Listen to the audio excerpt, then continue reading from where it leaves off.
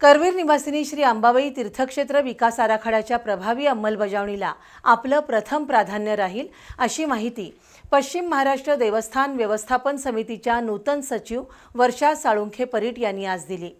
याचबरोबर अन्य कामकाजाचा आढावा आणि कार्यपद्धती आपण समजून घेत असल्याचंही त्यांनी सांगितलं।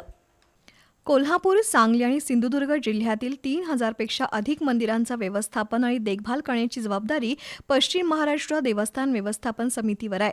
सध्या या समितीवर अशासकीय सदस्य मंडळ अस्तित्वात नाही, त्यामुळे जिल्हाधिकारी डॉक्टर विजय राठोड हे समितीचे प्रशासक म्हणून काम पाहत आहेत।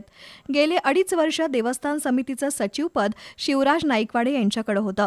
गेल्याच आठवड्यात वर्षा साळुंखे परीट यांची या समितीच्या सचिवपदी शासनानं नियुक्ती केली आहे। सोमवारी त्यांनी कार्यभार स्वीकारला असून कामकाजाला प्रारंभ केलाय। आज जिल्हाधिकारी तथा प्रशासक डॉक्टर विजय राठोड यांच्याशी त्यांनी देवस्थान समितीशी संबंधित विविध विषयांवर चर्चा केली। त्यानंतर बी न्यूजला दिलेल्या मुलाखतीमध्ये आपल्या कामाचा प्राधान्यक्रम सांगितला।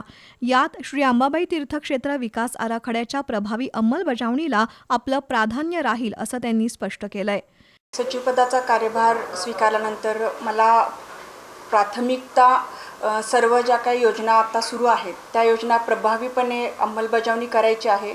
यासंबंधी जिल्हाधिकारी साहेब यांचं मार्गदर्शन राहणार आहे। त्यांच्या मार्गदर्शनाखाली जास्तीत जास्त कमी वेळामध्ये सर्व योजना प्रभावीपणे राबवल्या जातील याकडे माझं लक्ष राहणार आहे। तसेच काही प्रलंबित प्रश्न असतील किंवा लोकांची काही गाऱ्हाणी असतील किंवा काही गोष्टी असतील की ज्याच्यामध्ये मी व्यक्तिशः लक्ष घालून त्यांच्या हिताचं काम करू शकते, अशी प्रत्येक गोष्ट मला करायची आहे।